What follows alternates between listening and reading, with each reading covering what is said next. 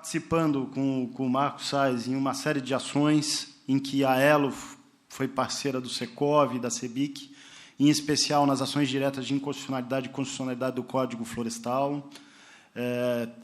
Existem outras ações que a Elo também entrou como amicus curiae, como a possibilidade de cobrança das taxas associativas dos loteamentos de acesso controlado. E a gente vem trabalhando dia muito, tentando desobstruir o que a burocracia nos cria, procurando construir um ambiente cada vez melhor para se poder empreender no país. Um desses produtos que o Olivar muito nos auxiliou, foi um dos grandes colaboradores, atuou incessantemente, foi uma das leis que a gente vai estar citando aqui, que é do campo do direito urbanístico, que é bastante inovadora, que é a Lei Federal 13465. Então, já levantando a bola da discussão, né, Olivar, para a gente já tornar a coisa um pouco mais dinâmica, falar um pouco sobre a Lei 13465.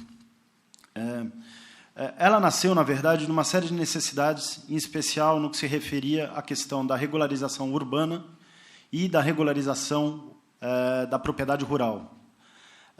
Muito se pouco fala sobre isso, mas essa lei ela trouxe uma inovação enorme, em especial no que se refere à questão da regularização da propriedade rural, porque a gente tinha, apesar do INCRA, apesar de uma série de processos de reforma agrária, muitos desses assentamentos não tinham acesso à titularidade, ou seja, as pessoas que estavam, as famílias que ali estavam assentadas, não conseguiam realizar o acesso ao título de propriedade, o que significa dizer não consegue acessar crédito, não consegue acessar uma série de recursos.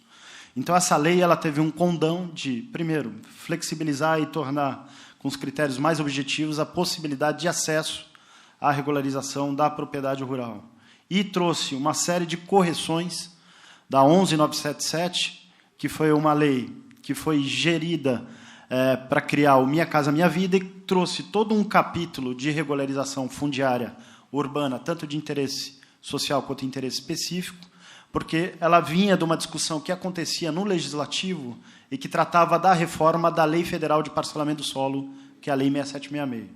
Então, a 13465 ela veio no sentido de estar evoluindo e trazendo e corrigindo deficiências que a Lei 11977 de 2009 não havia corrigido. Mas o que a 13465 trouxe, falando especificamente no aspecto do direito urbanístico, mas muito mais claramente da produção imobiliária como uma situação que veio a trazer mais segurança jurídica? Primeiro, ela enfrentou uma questão que o STF já havia, de alguma forma, pacificado, que era a figura do loteamento de acesso controlado, ou conhecido como loteamento fechado. Só para fazer um parênteses, havia um recurso especial que havia subido para o STF, que tratava de uma ação direta de inconstitucionalidade da lei do município de Limeira, um município do estado de São Paulo, que havia editado uma lei regulando o loteamento fechado.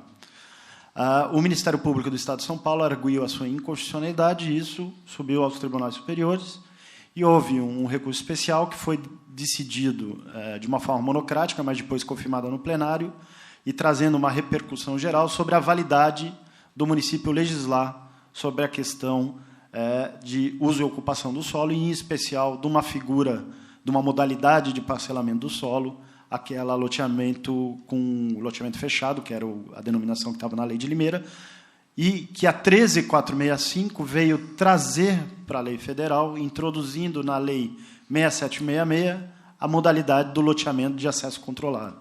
Então, quando o legislador veio e trouxe isso para a lei, vamos dizer, de comando, a Lei Federal 6766, de certa forma, ele acabou pacificando uma situação que o próprio judiciário já tinha dado uma orientação.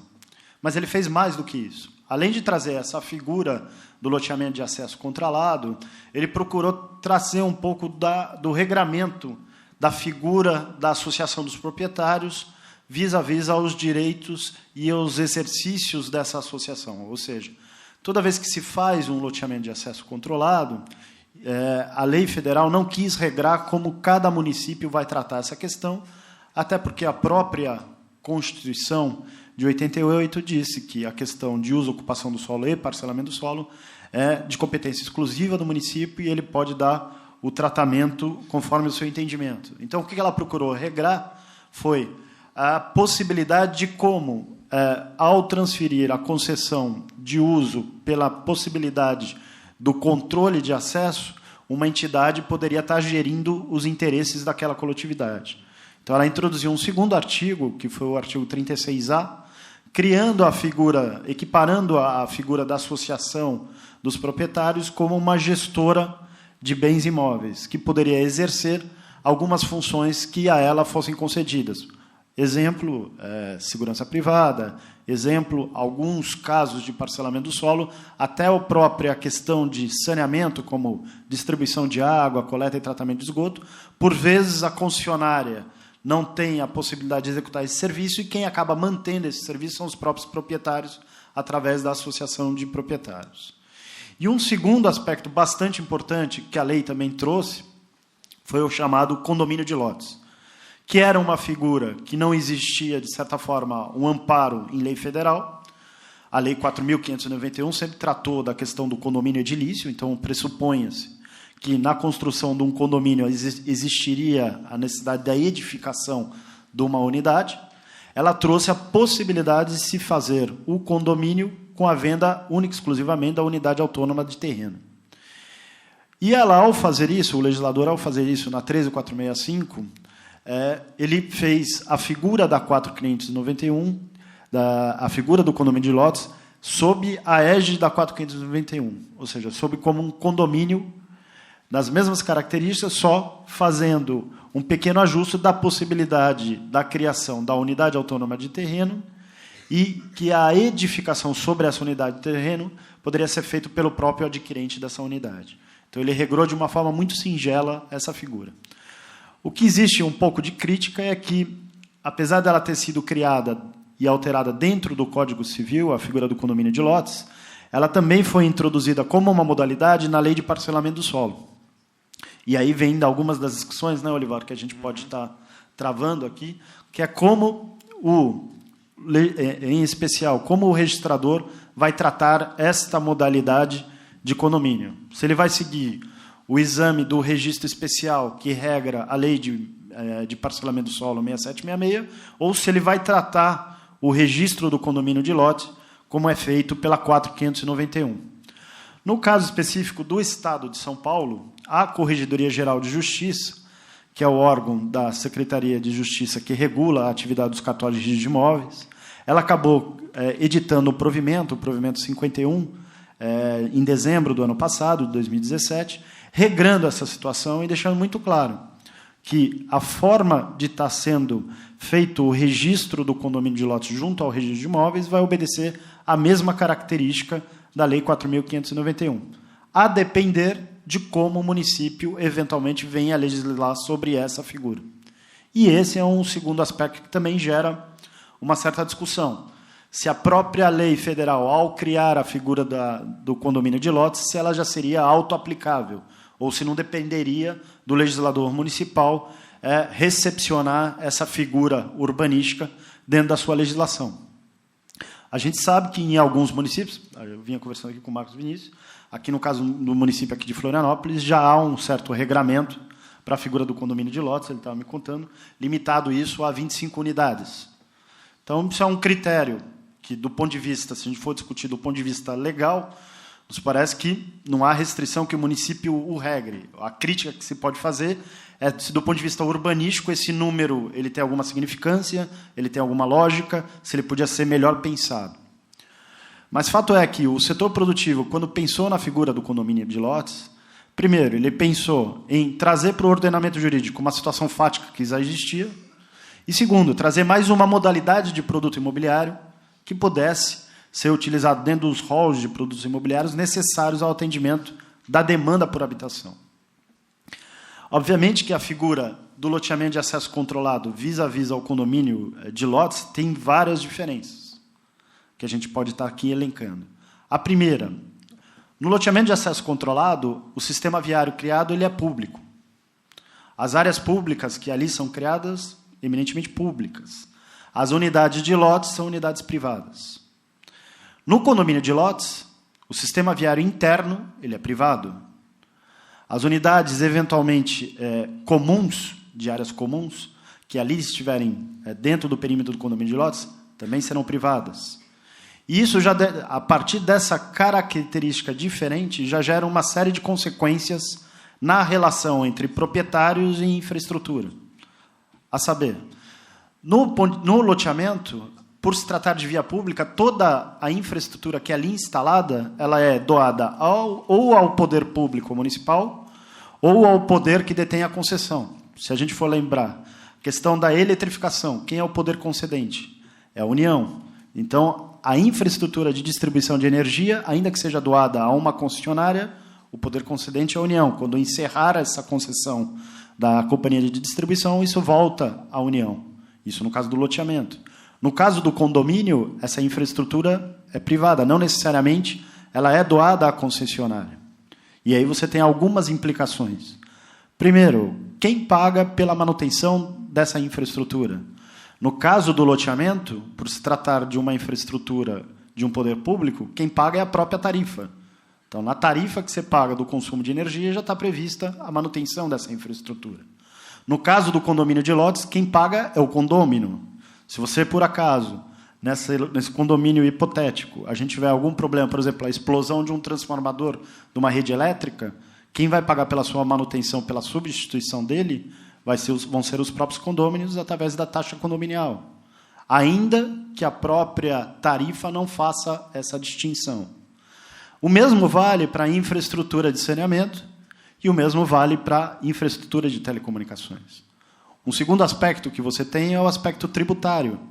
Enquanto no loteamento de acesso controlado o sistema viário ele não é tributado por IPTU, por exemplo, no condomínio de lotes, por se tratar de uma área comum, ou seja, o proprietário da unidade autônoma ele é, ao mesmo tempo, proprietário de uma unidade autônoma e de uma fração ideal desse sistema viário e das áreas comuns, sobre as quais, provavelmente, recairá a cobrança de IPTU. Então, essa também é uma segunda grande diferença. Por que eu estou explicando isso? Porque, quando se pensou isso lá atrás, se pensou em planos de urbanização, que poderiam ser planos de urbanização híbridos. Então, sistemas de loteamentos com sistema viários públicos, eventualmente consorciados com condomínios de lotes de áreas eminentemente privadas. Então, quando a gente percebe que existe uma lei como essa de Florianópolis, aqui, que limita o condomínio de lotes a 25 unidades, caberia, por parte dos empreendedores, da sociedade, dos próprios advogados, uma discussão propriamente do aspecto mais urbanístico. Quer dizer, como é que se poderia flexibilizar ou rediscutir a lei no sentido de você ter um instrumento mais eficiente. Mas isso aqui é só levantando algumas discussões, passar para o Olivar, de volta. Com a experiência que ele tem de empresário, além do conhecimento técnico, eu queria puxar a bola, mas eu ficava imaginando, para quê, né? Para piorar? Não. Para piorar? Bom, vamos ver se sobrou alguma coisa. Não, tem bastante coisa. Falar um pouquinho do aspecto completo, eu acho, né, do negócio. O Caio, com a visão dele de empreendedor de loteamento, ele vai direto na veia. Eu acho que é importante explicar um pouquinho para vocês por que nós estamos falando disso. Quando a gente pensa em novas tendências, quais os assuntos palpitantes do mercado imobiliário no aspecto jurídico? Distrato. A cada 5 empresários que nós conversamos em São Paulo, 4 falam que a gente precisa resolver o distrato. A gente. Como se nós, advogados, resolvêssemos o distrato. O distrato, né, que, como o Ricardo já falou, não é distrato. Nós estamos falando da possibilidade de resilição unilateral pelo adquirente. Mas um outro aspecto que hoje está em voga, que não tem como não falar, são esses novos institutos criados pela Lei 13.465 de 2017. Ou os novos, ou aqueles que já existiam, mas não estavam tipificados. Condomínio de lotes é um dos casos. Né? É uma realidade, condomínio de lotes, mas não havia previsão legal. Ou melhorias de outros, como, por exemplo, alterações na Lei 9.514 de 97, a respeito da alienação fiduciária, que também veio junto com essa lei. A Lei 13.465, ela trata de diversos temas, mas o objetivo é um só. É trazer para a legalidade o que está irregular. É possibilitar que a circularização de imóveis e de riquezas seja feita de modo a atender desde o empresário até o cidadão comum. Nós temos hoje no Brasil, isso é estatística, não é jurídico, 50% dos imóveis irregulares. Pelos números obtidos públicos, nós temos mais de 50% da população, e aí eu estou falando de população e não de imóvel, vivendo imóveis irregulares. A lei visa trazer para a legalidade aqueles que moram em imóveis irregulares. Se você me perguntar, você acha que é o melhor método? Se eu pudesse escolher, não. O melhor método era começar do zero já com os imóveis regulares. Sim, no melhor dos mundos seria esse. Existe alguma chance de você tirar todo mundo que hoje mora em imóveis irregulares, reserva, como se estivesse com ingredientes cozinhando em casa, faz tudo de novo certo e traz essas pessoas para os imóveis regulares? Isso não é uma realidade.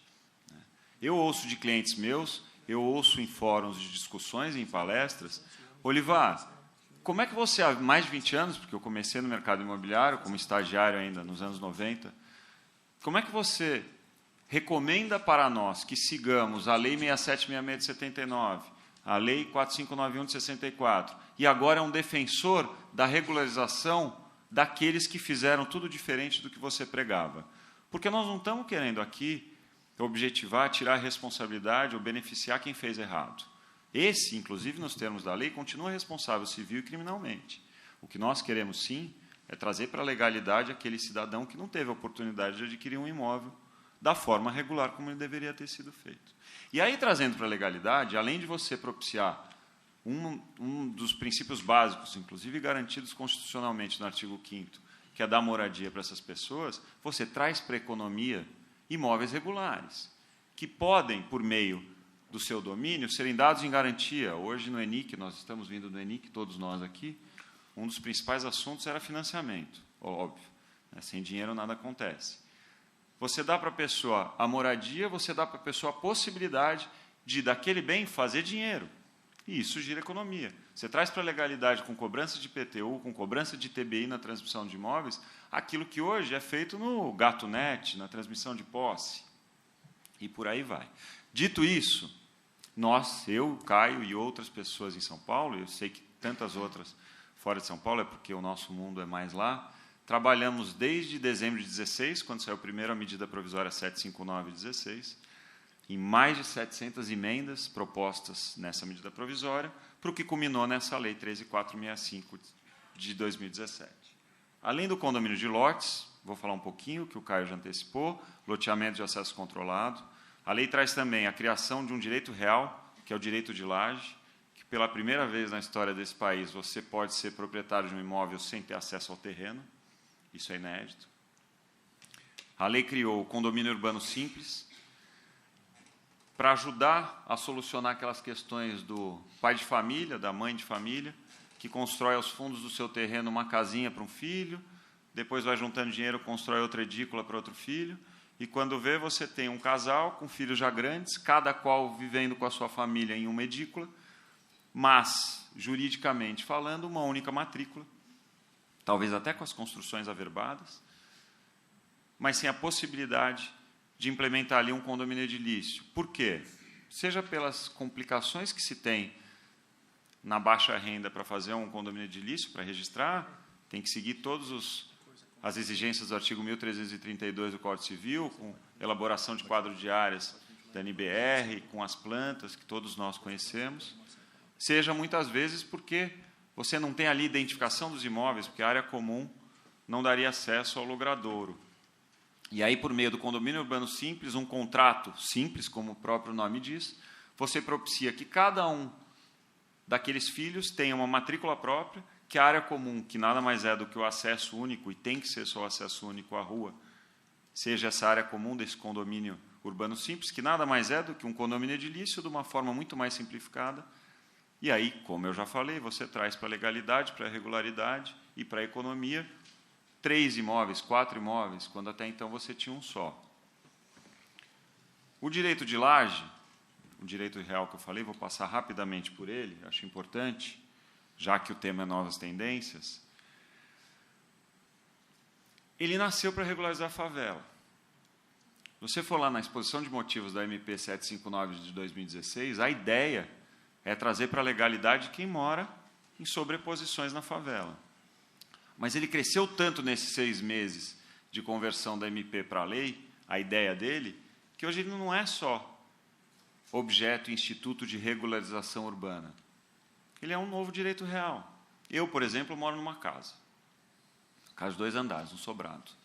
Nos termos da lei hoje, eu posso ceder a minha laje para o Ricardo Campelo, como eu posso, por exemplo, fazer um subsolo a mais na minha casa, a mais não, que não tem subsolo lá, um subsolo na minha casa, e ceder para o Marcos Vinícius, porque a laje, apesar do termo, ele pode ser sobressolo, mas ele pode ser subsolo, e para cada um desses lajeiros, que é um termo que eu não gosto muito, mas que tem sido usado no mercado, o registro de imóveis vai abrir uma matrícula própria, em que o Ricardo Campelo vai ser detentor da laje tão logo acima da minha construção base também é um termo usado pela lei, e só eu serei o detentor da fração ideal na totalidade do imóvel, porque eu tenho a construção base. O Campelo vai ser detentor da laje 1, no caso, pode ou não já estar erigida, eu posso ceder para o Campelo sem construção prévia, e aí ele, respeitados os limites urbanísticos, com aprovação dessa construção no poder público, com a construção e depois a obtenção do auto de conclusão, vai averbar essa construção e vai livremente utilizar esse imóvel dele, podendo, inclusive, nos termos da lei, ceder a laje dele para um terceiro, o Marcos Sais, por exemplo. Mas, nesse caso, dependendo da minha aprovação. O mesmo posso dizer do subsolo, que eu usei no exemplo do Marcos Vinícius, que também vai poder ali utilizar livremente, vai ter um imóvel próprio, dando em garantia, podendo alienar, transmitir, dar em penhor, o que ele quiser. E esse imóvel persistirá para sempre, passando de geração para geração. O caso de extinção do direito de laje único, e é meio óbvio, é a ruína da construção base. Se o meu imóvel ruir, cai junto à laje do Campelo, muito provavelmente também vai embora o subsolo do Marcos Vinícius. Pode até não ir, mas vai. E aí a lei prevê que em até 5 anos, se eu, proprietário do imóvel, né, do terreno, até então construção base, voltar sobre ele erigir, continua valendo o direito de laje do Campelo, continua valendo o direito de laje do Marcos Vinícius. Passados 5 anos, nos termos da lei, eu não continuo co-obrigado a, se ali construir, respeitar o direito de laje desses dois. Eu vejo muita vantagem na criação desse direito real. Primeiro, para permitir, para quem mora hoje em imóveis de favela, mas aí por meio da regularização urbana, a REURB social, aí eu não estou falando de mera cessão entre privado, é outra coisa, é que o instrumento é tão importante que ele vale tanto para novos mecanismos e nova utilização do mercado imobiliário, como para a regularização urbana. Mas, falando entre particulares, a lei trouxe uma previsão que é fundamental, que é a cessão do direito de laje em imóveis públicos. Quantas estações de metrô, quantas estações de trem nós temos hoje subutilizadas, com potencial construtivo gigantesco? Estamos falando de regularização, temos que falar de mobilidade urbana. Faz algum sentido você não poder construir um prédio em cima de uma estação de metrô, do lado de uma faculdade? Quem não vai querer morar num lugar como esse? Você está do lado da universidade ou do lado do seu trabalho, você não precisa ter carro. Você desce, você está dentro de uma estação de metrô. Quem já teve a oportunidade aqui de ir para Tóquio, por exemplo, todas as estações de metrô de Tóquio têm arranha-céus sobre as estações. Faz todo sentido. Inclusive, os principais hotéis 5 estrelas de Tóquio estão em cima de estações de metrô. Só que hoje, até por ser imóvel público, a gente não tem muito como explorar. Nessa lei você tem. O poder público cede a laje daquela estação de metrô, por exemplo, e um empreendedor imobiliário ali vai poder erigir. Aprofundando um pouco o tema, há quem diria, como é que eu vou registrar uma incorporação imobiliária se eu não tenho fração ideal de terreno? E o artigo 32 da Lei 4591 é claro ao falar que as unidades autônomas terão fração ideal ali prevendo. Eu acho que uma interpretação um pouco extensiva desse artigo, ainda mais porque a lei é mais recente, permitiria, sim, que as corregedorias, e aí nós estamos falando de legitimidade estadual, o Caio, inclusive, já mencionou a Corregedoria de São Paulo, poderiam prever e permitir, a de São Paulo já fala nisso, registro de incorporação imobiliária para o detentor da laje. E aí, vida que segue, atento às exigências do artigo 32, o detentor do direito de laje registra a incorporação, aliena as unidades, constrói sobre esse imóvel, e aí cada proprietário vai ter uma matrícula específica mencionada naquele lajeeiro que era o detentor da laje. até que se encerre essa laje única e cada qual seja detentor de um imóvel sobre o imóvel público. Essa sim é a construção base.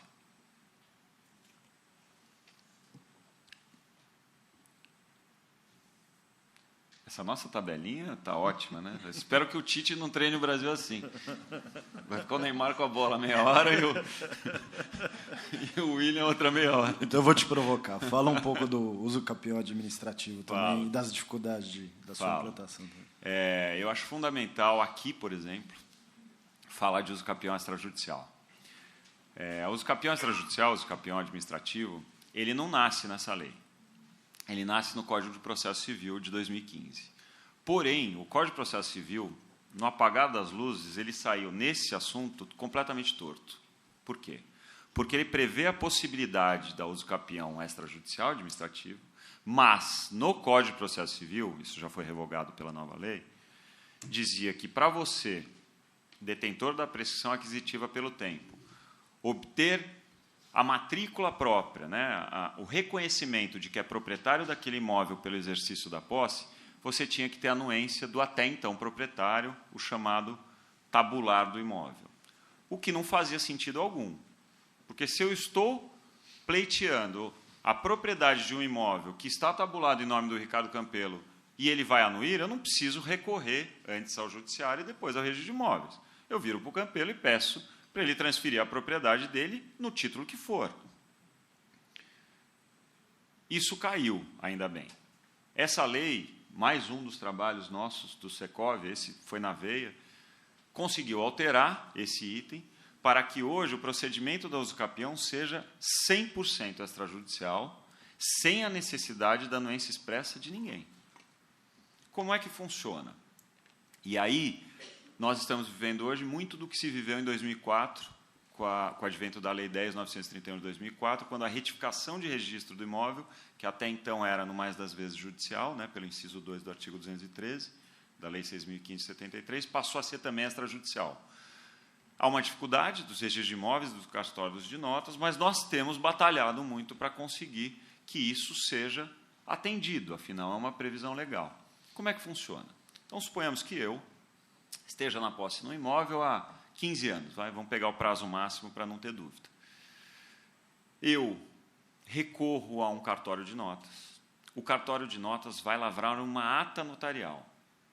Nos termos da lei, a ata notarial está previsto no Código de Processo Civil por meio da alteração da Lei 13.465 de 2017. A ata notarial, ele vai demonstrar a minha posse. Mas essa demonstração de posse não é física. Não é que ele vai lá à noite escondido ver se eu estou no imóvel. Essa demonstração, ela advém da minha comprovação pelos meios que eu tenho. Os mais fáceis de comprovar, documentais. Como é que você comprova o que a lei chama de animus domini, né? O ânimo de dono? Eu recolho IPTU há 15 anos, no meu exemplo de 15 anos, podia ser até 5 nos capião urbano, mas estou falando do máximo, que é o extraordinário de 15 anos. Eu recolho IPTU há 15 anos, eu paguei segurança do imóvel, não sei se eu tive, eu pago luz, eu fiz reforma da minha casa.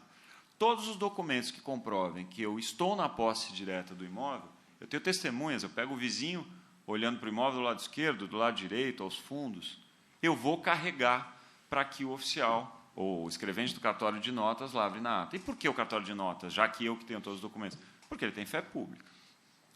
Com esse documento em mãos, mais um profissional que vai recolher uma RT, uma anotação de responsabilidade técnica, que esteja, portanto, inscrito no CREA, e faça um memorial do que vai ser o meu imóvel, objeto da uso capião, com a planta desse imóvel, estou considerando que não tem uma matrícula específica do imóvel, senão isso é mais simplificado, eu carrego esse material e faço um requerimento para o registro de imóveis competente.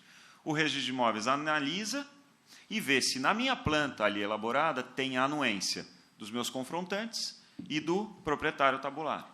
Porque se eu conseguir, melhor ainda. Eu dispenso um procedimento no registro de imóveis, eu acelero, eu facilito. Agora, se qualquer dos meus confrontantes não tiver assinado, ou se o proprietário tabular não tiver assinado, e geralmente não assinou, o registro de imóveis vai proceder à notificação de cada um deles, para que esses, no prazo de 15 dias, possam impugnar o meu pedido. Impugnação essa que tem que ser fundamentada. Não basta dizer, sou contra porque se ele construir um prédio vai tirar o sol da minha piscina, por exemplo. Não impugnado, o registro de imóveis, convencido do exercício da minha posse pelo período legalmente exigido, aceita, procede e abre a matrícula, se for o caso de abertura de matrícula, com o meu nome como proprietário.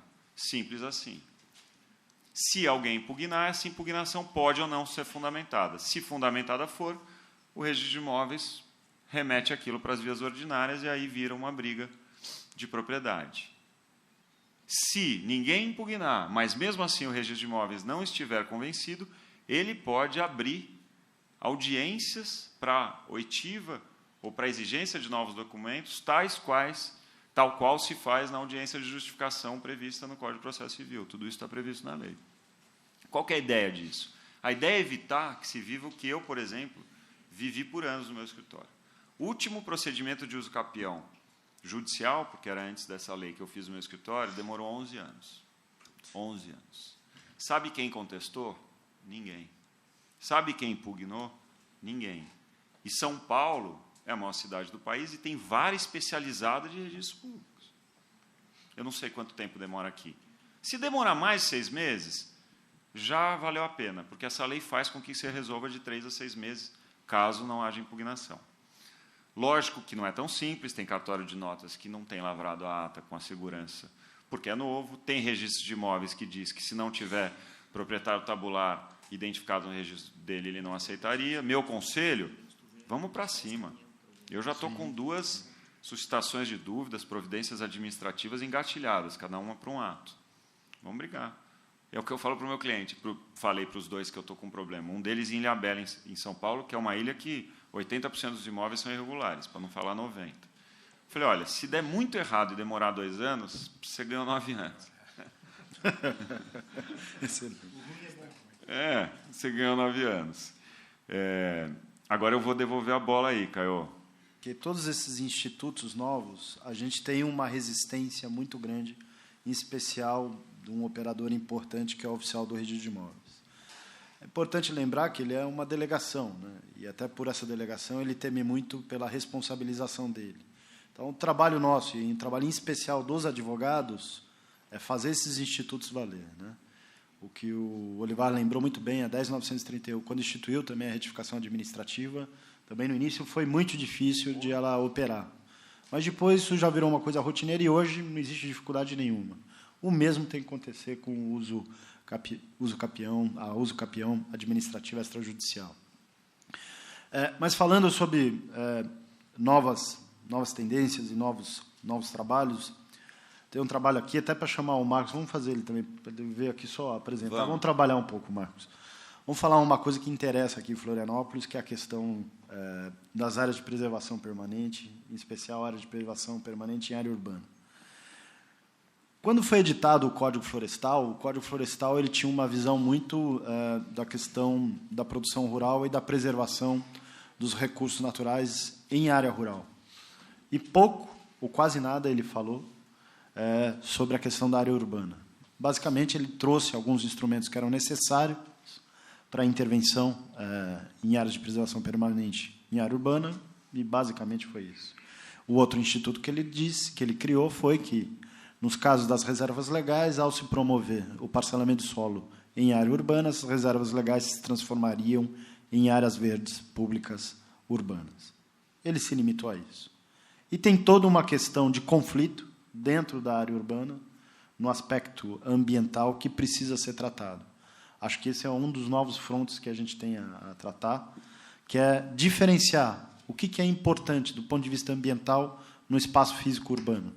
Qual a importância da questão da APP no que se refere à questão da drenagem, microclima, etc. Por isso que eu estou trazendo o Marcos, porque a gente se conheceu nesse fronte de batalha. Que fronte é esse? É de construir os instrumentos necessários para que a gente tenha um desenvolvimento efetivamente sustentável econômico. E dos trabalhos nossos foi na garantia da manutenção desses institutos, quanto da discussão da inconstitucionalidade do Código Florestal, Mas, em especial, agora a gente tem a oportunidade, e conversando com o pessoal da Embrapa, né, eles até trouxeram um aspecto muito importante, né? O Código sempre tratou muito da preservação territorial e nunca da ocupação territorial. E essa é uma crítica grande que se faz, porque ela gera uma série de conflitos que não existem no mundo inteiro, que é o quê? A possibilidade de você usar técnica preservando e ocupando ao mesmo tempo. O Código ele não teve a capacidade de instrumentalizar isso. Então, acho que a gente tem que partir para esse novo fronte também. Por isso que eu queria te trazer um pouco para essa discussão. Dentro dessa linha dos novos institutos, do que a gente está falando aqui, a gente tem uma discussão, até que o Marcos está participando com a gente, lá em Brasília, que é a nova lei de licenciamento ambiental, que ela trata do processo de licenciamento ambiental, mas eu entendo também que acho que, fatalmente, a gente vai ter que entrar nesse aspecto da ocupação. Vim para ouvi-los.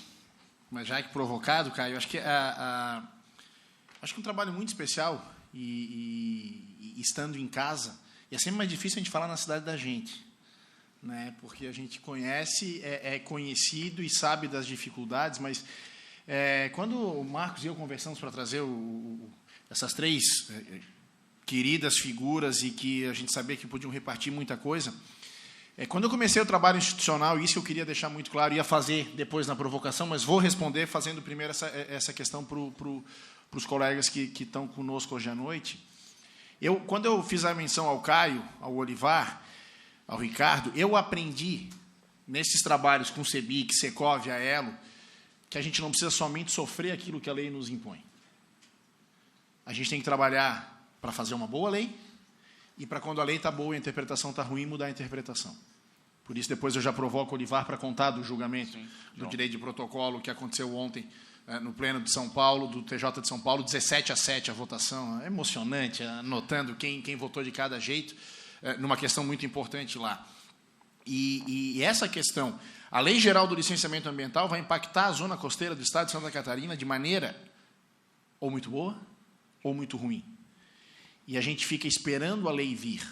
E eu lembro quando abri história no Rio de Janeiro, há 8 anos atrás, uma pessoa me perguntou como é que alguém que vem de Santa Catarina vai trabalhar com questão ambiental no Rio, em São Paulo? E eu falei, meu amigo, quem foi criado na zona costeira de Santa Catarina, trabalhando com a questão ambiental, trabalha em qualquer lugar do mundo com a questão ambiental. Esse tempo a gente está licenciando um porto na Babitonga, o investidor é árabe e o escritório que os atende, história americana em Nova York, a gente foi explicar o licenciamento ambiental brasileiro para os dois. Eu achei que eles iam desistir do projeto.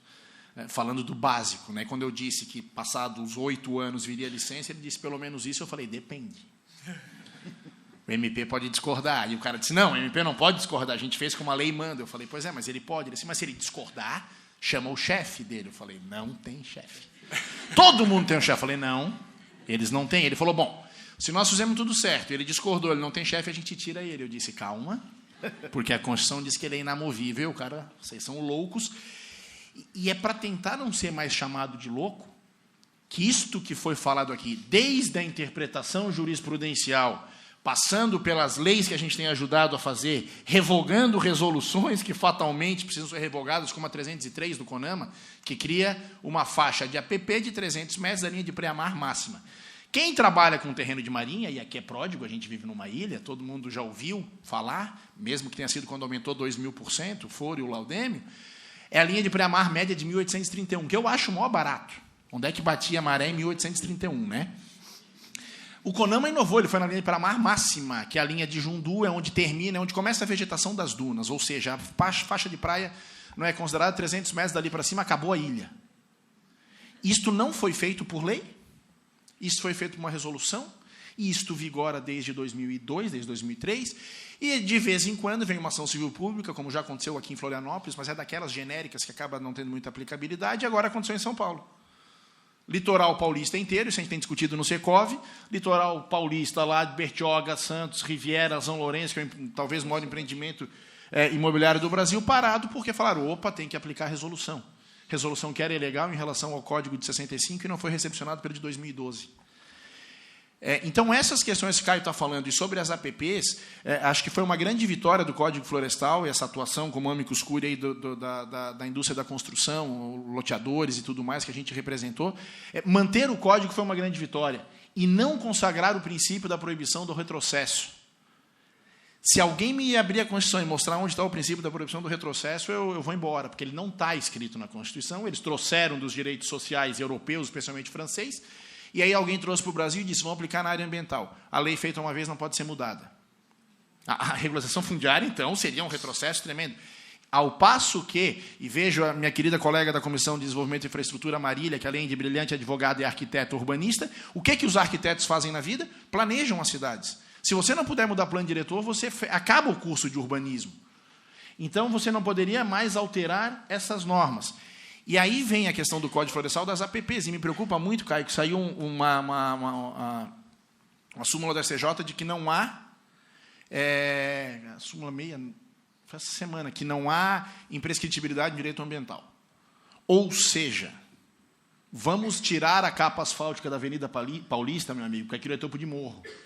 E aquilo é APP. Vamos desfazer a Hercílio Luz em Florianópolis, porque é um curso da água ali no meio. Tira o paredão de prédios da Avenida Hercílio Luz, porque ele está na faixa dos 30 metros, previsto desde 1965 pelo Código Florestal. Isto é possível? Se você perguntar para os engenheiros, que eu tanto admiro e tanto falo bem, eles vão dizer tudo é possível. Você pode demolir e ainda recuperar, plantando e o que quer que seja. A nossa comissão, no evento de Tubarão que a gente fez, está ajudando a prefeitura a revitalizar o Rio Tubarão, a mata ciliar do Rio Tubarão, que não tem construção. Agora eu quero ver, vai para Joinville, por exemplo, e tira o fórum para recuperar a APP que tem em Joinville, que está na Avenida Beira Rio. Tira o MP também. Talvez não sobre ninguém para fazer ação civil pública para tirá-los. Mas concordo, Caio, que essa questão que a gente vai precisar agora foi debatido graças a esse nosso ilustre Supremo. O princípio não foi convalidado. Mas e agora? Os 30 metros dentro da área urbana? O topo de morro, que é a Avenida Paulista. Então, esses dogmas que acabam sendo criados e a gente acaba sofrendo com a jurisprudência, o que eu queria, de maneira muito enfática, aos meus queridos colegas aqui do OAB de Santa Catarina, nós não devemos ser somente reativos. E talvez, e falo isso com o presidente Paulo Brincas, e quando criamos a Comissão de Desenvolvimento e Infraestrutura, eu disse, Paulo, o que eu trabalho hoje, quando eu me formei, praticamente não existia. Guilherme, meu colega de estágio na Fundação de Meio Ambiente, a quem saúdo, a gente trabalhava com várias outras coisas. Essa parte de ajudar em licenciamento, que é o que eu hoje faço, sei lá, 70% do meu tempo, não existia. Você trabalhava direto no contencioso.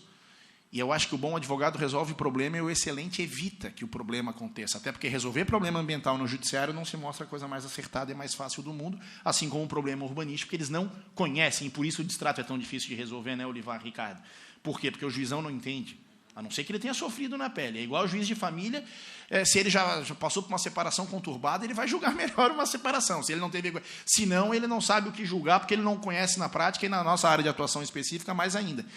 Então, a gente acabou de passar em Florianópolis a questão do plano diretor, e foi muito falado. Aqui saúdo, porque o Marcos Vinícius, junto com o Sinduscon de Florianópolis, tem feito isso, tem atuado como amicus curiae nas ações que tem tramitado, inclusive é que o Ricardo também falou aqui. Então, é isso que a gente precisa. A OAB, me parece, e o presidente Paulo Brincas apoia isso, não somente olhar, entender a jurisprudência, olhar para o cliente e falar assim, ó, lamento, não vai dar. Como aconteceu muitas vezes aqui na vara ambiental. Lamento, vão propor ação civil pública e vai ser dada a liminar. Está errado. Foi objeto da nossa comissão na última semana essa discussão. A gente tem que trabalhar para construir. E por isso que eu queria, hoje à noite, e quando o presidente Paulo Brincas falou de trazer as coisas boas, essas pessoas que estão nessa mesa têm trabalhado para construir esse tipo de coisa. E, Caio, tens a certeza que o OAB Santa Catarina e a gente, através dos trabalhos sendo feitos lá, Secov, a Elo, Cebic, vamos trabalhar para essa questão da interpretação das APPs. Não é ser a facilitadora ou tudo mais, é ser a correta. Sim. Para encerrar essa fala, quando foi feito o Código Florestal de 1965, o desembargador aposentado do Rio de Janeiro, Osni Duarte, que foi um dos relatores da lei, ele disse o seguinte: temos que criar as reservas legais para garantir o funcionamento das serrarias amanhã. Temos que criar hoje reserva legal para garantir o funcionamento das serrarias amanhã. Reserva legal ficou pior que a APP. Estes desvirtuamentos, me parece que é função institucional da Ordem dos Advogados do Brasil, através das nossas 6 comissões aqui, e as outras 76, tem 82 comissões, o OAB de Santa Catarina, a gente trabalhar para que isso que foi falado hoje aqui seja implementado no âmbito municipal, no âmbito estadual, e em companhia com os nossos colegas e com o IBRADIM, a quem a gente saúda. Eu reitero o apelo. A gente esteve lá em São Paulo no lançamento, Denis esteve lá no Adit, Rodrigo esteve lá quando foi feito o lançamento. Santa Catarina tem uma expertise muito grande nessa área. Pela nossa questão geográfica, esse estado aqui tem tudo que você imagina. Você vai no oeste, você vai para o Alto Vale, você vai para Laje, você vem aqui para o litoral. A gente pode e deve ajudar. Vamos fazer a interpretação da PP e de tudo o resto que foi falado aqui ser feito da forma correta. Obrigado pela provocação, porque eu estava ansioso para falar isso, Caio. Passada a hora, eu vou encerrar com esse assunto. Qual é o assunto? É um assunto que eu tento levar, acho que para todos os lugares que eu tenho oportunidade de falar, que é a nossa obrigação de batalha contra a insegurança jurídica. É um termo batido, né? Todo mundo fala em insegurança jurídica. Mas insegurança jurídica é o que eu chamo de vento lateral. Você está correndo, você está indo atrás do que você quer, vem um negócio e te derruba. Você sabe o caminho, você sabe o que você tem que ultrapassar, os obstáculos que você tem que pular, mas aquele negócio que vem de lado e você não enxerga, não faz parte. Não faz parte do mercado. O risco da operação e do negócio faz parte. Se você é empreendedor, o Caio, ele vai lá, está em Itupeva. Não foi à toa que eu escolhi essa cidade. E aí ele faz uma parceria com o proprietário do imóvel. Ele tem o quê? Know-how para desenvolver a infraestrutura. Ele tem know-how para estudar o mercado e ver qual a demanda daquela região.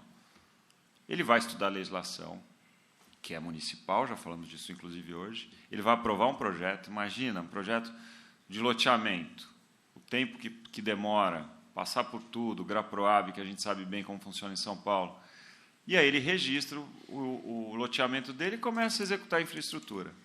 Não pode, da noite para o dia, aparecer um mal avisado, no caso, o promotor público, podia ser qualquer ente, mas eu estou falando do MP nesse caso, e decidir que ele não poderia ter aprovado com base nessa legislação, sei lá, porque a lei mudou depois, porque questão ambiental é imprescritível e em 1975 aquilo não podia, não sei, tanto faz. A insegurança jurídica é o que há de pior para a população, não para o empreendedor. O empreendedor é quem morre primeiro, mas todo mundo vai junto no final. A gente falou da 13465 de 2017. Existem hoje 3 ações diretas de inconstitucionalidade contra a 13465 de 2017. A primeira proposta pelo nosso ex, que já foi tarde, procurador-geral Janot. É horrível a ADIM dele. É tão ruim que ela utiliza a medida provisória 759 de 2016 como base para a ADIM. Se ele soubesse que a Lei 13465 não é mais a MP, ele não teria feito aquilo. Tem muito do que ele pede que nem dá para conceder, porque é com base na medida provisória que caiu.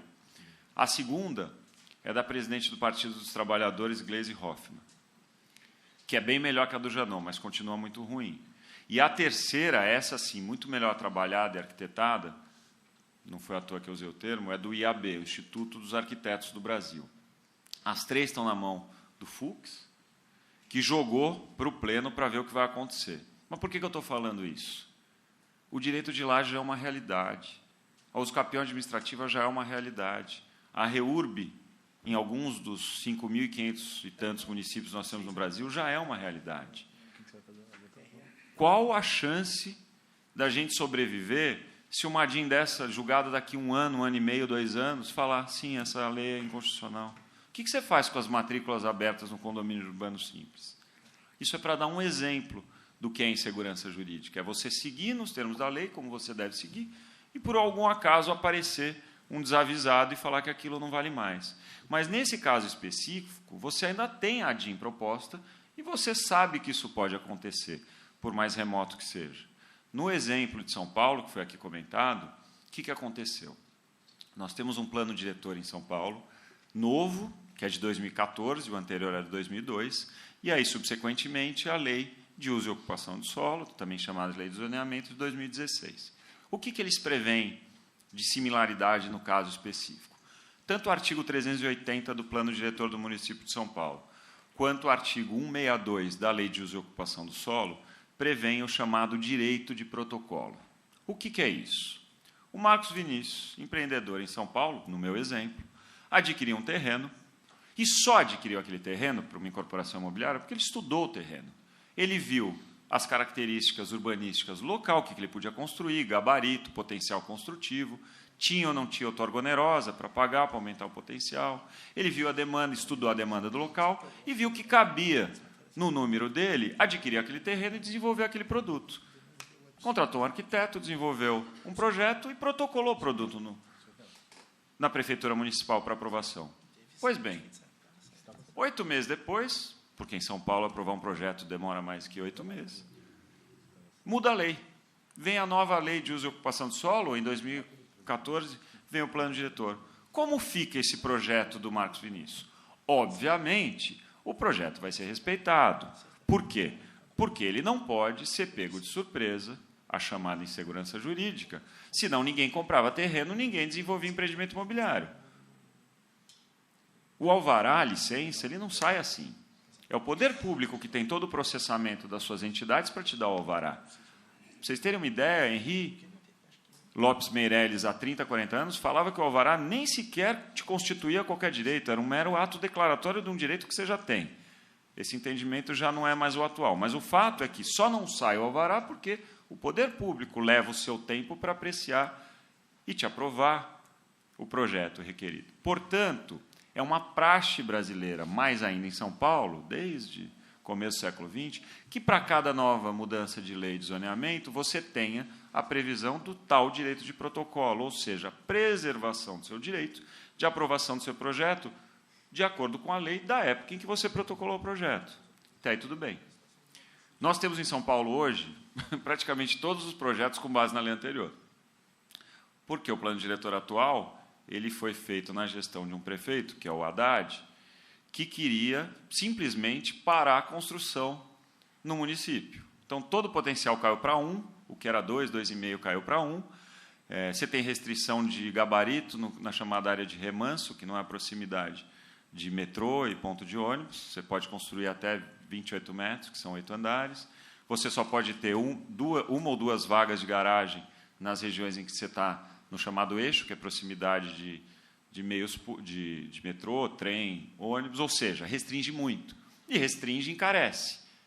Para o empreendedor, sem dúvida, no fim da conta, para o comprador, para o adquirente, para o consumidor. Então, muitos dos empreendedores estão se valendo dos empreendimentos cujos pedidos de aprovação foram feitos anteriormente ao plano diretor. O Ministério Público entrou com uma DIN, dizendo que, em aspecto ambiental, não existe, nem pode existir direito de protocolo. Inclusive, usando como argumento não retrocesso ambiental. E aí, numa malfadada decisão liminar, foi deferido o pedido do MP, mas não só para se restringir a decair o direito de protocolo na chamada ZEPAM, é esse o termo em São Paulo, Zona de Proteção Ambiental, mas sim para todos os projetos protocolados com base na lei anterior. Nós temos, hoje, na Prefeitura Municipal de São Paulo, quase 100 projetos protocolados. Nós estamos falando de mais de 20 mil empregos, nós estamos falando de, sei lá, quantos milhões de VGV envolvidos. Isso foi em fevereiro. Eu posso afirmar com certeza que, de fevereiro até ontem, nenhum projeto construtivo foi aprovado em São Paulo. Bom, isso foi para o órgão especial. As entidades... Quem era o autor da ação? Ministério Público de São Paulo. Quem era a réu? Prefeitura Municipal de São Paulo e Câmara Municipal de São Paulo, porque no argumento do Ministério Público jamais isso poderia ter constado da lei, sendo que a lei passou por todas as audiências públicas e todo o processamento que uma lei tem que passar, assim como o Fux, no julgamento daquela questão do Código Florestal, também considerou. E aí, o Secov, como amigo da Corte, amicus curiae, interveio no processo, a Abraim interveio no processo, o Sinduscon de São Paulo interveio, e eu sou advogado do Sinduscon, no caso, meu escritório. Nós batalhamos com os 25 julgadores do órgão especial, porque quem julga matéria constitucional no Tribunal de Justiça de São Paulo é o órgão especial, e são 25. E ontem, num julgamento emocionante, porque o relator manteve a liminar que tinha dado, por 17 votos a 7, o mercado de São Paulo voltou a respirar. Então, a partir de hoje, a Prefeitura, não é que ela vai aprovar tudo hoje, né? Que ela vai retomar de onde ela parou em fevereiro os projetos. Mas todos os empresários de São Paulo, do mercado da incorporação, né? Não estamos falando de loteamento, porque essa lei diz especificamente de incorporação, que tinham adquirido seus terrenos, colocado dinheiro na frente, gasto com emolumentos, com advogado, com arquiteto. Sabe o que chegou a acontecer em São Paulo? Projetos já aprovados. Lá em São Paulo a gente tem o alvará de edificação dividido em dois. Eu não sei como funciona aqui. O de aprovação e o de execução. Então, o município primeiro te fala, você pode fazer o que você está pedindo. E depois ele te fala, pode começar a obra. Por que isso? Porque, às vezes, você precisa de alguma questão ambiental a ser tratada. Às vezes, você quer aumentar o teu potencial construtivo e você tem que pagar por isso. Seja uma outorga onerosa, seja o que também é uma outorga, mas de forma específica, o chamado CEPAC, que é o Certificado de Potencial Construtivo que você adquire por leilão nas operações interligadas, que são as leis municipais de São Paulo. Então, ele te dá a aprovação falando assim, ó, o que você quer está aqui, só que para começar a fazer, você precisa primeiro, por exemplo, fazer uma compensação ambiental, algo do tipo. Ele chegou a dar o alvará de aprovação, aí veio essa liminar, ele mandou uma carta falando que tinha caído o teu alvará de aprovação. Só que em São Paulo você consegue registrar a incorporação e começar a vender antes do de execução. Você tinha vendas realizadas. E o cara recebeu uma carta falando assim, olha, tudo isso que você já fez, o dinheiro que você já pôs, as vendas que você fez, caíram. E é isso que a gente viveu até ontem. E isso é insegurança jurídica. Não dá para você cogitar que um empreendedor saia de casa para executar um empreendimento, para trazer habitação, estamos falando só de habitação, só de 10 milhões de unidades de déficit habitacional no país. De unidades não, né, de pessoas. Unidades deve ser menos. Isso mudou, mas aí avocando um pouquinho, eu até me emociono com esse tema, que eu fico revoltado. O que o Marcos falou, e eu concordo plenamente, não basta reagir, tem que agir. E aí o Amicus Curiae tem tudo a ver com isso, o Ibradim tem tudo a ver com isso. Aliás, o Ibradim só não foi Amicus Curiae porque era muito cedo, esse era um tema clássico para o Instituto atuar também. Eu acho que é isso, da minha parte. Excelente. Eu acho que cada vez mais a gente precisa do advogado atuando de uma forma proativa, participando, corrigindo, auxiliando. Olha, eu convivo com o processo legislativo, em especial na Câmara dos Deputados, desde 2003, 2004, com alguma intensidade. Muito do que a gente lê na mídia, que os caras não servem, não prestam, etc., é por falta de atuação nossa. Nós temos que estar lá presente, demonstrar as dificuldades, mostrar as necessidades. A gente tem tudo por fazer, tem tudo para ser melhorado. E nada melhor do que os operadores do direito, nada melhor do que os próprios advogados atuando nesse processo. Então, o convite aqui do Ibradim está mais do que reforçado, e o que a gente precisa é a gente cada vez mais atuando em prol do desenvolvimento. Agradeço a oportunidade de vocês estarem ouvindo aqui a gente essa noite, e vamos juntos. Obrigado.